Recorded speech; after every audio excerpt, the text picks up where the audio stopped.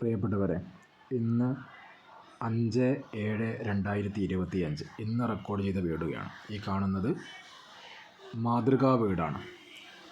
അതായത് ചൂരൽമല മുണ്ടക്കൈ ഉരുൾപൊട്ടലുമായി ബന്ധപ്പെട്ട് സർക്കാർ പ്രഖ്യാപിച്ചിട്ടുള്ള ടൗൺഷിപ്പിൻ്റെ നിർമ്മാണം വയനാട് ജില്ലയിലെ കൽപ്പറ്റയിലെ ബൈപ്പാസിനോട് ചേർന്നിട്ടുള്ള ഏക്കർ കണക്കിന് സ്ഥലത്ത് പണി പുരോഗമിക്കുകയാണ്. ഒരുപാട് വീടുകളുടെ ഫൗണ്ടേഷൻ വർക്കും അതേപോലെ തന്നെ എല്ലാം ഇവിടെ നടന്നു വരികയാണ്. തകൃതിയായി നടക്കുന്ന ഈ പണി എത്രയും പെട്ടെന്ന് പൂർത്തീകരിച്ച് അത് അർഹതപ്പെട്ടവർക്ക് കൈമാറും എന്നുള്ളതിൽ യാതൊരു സംശയവുമില്ല.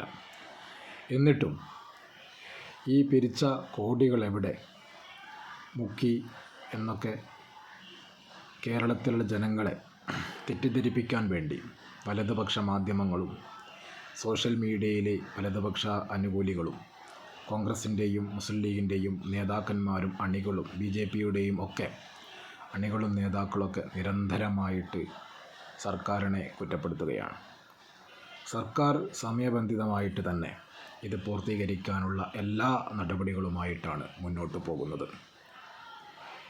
ഈ കാണുന്നത് ഇനിയും ഒരുപാട് ഫൗണ്ടേഷൻ വർക്കുകൾ ആരംഭിക്കേണ്ട സ്ഥലങ്ങളാണ്.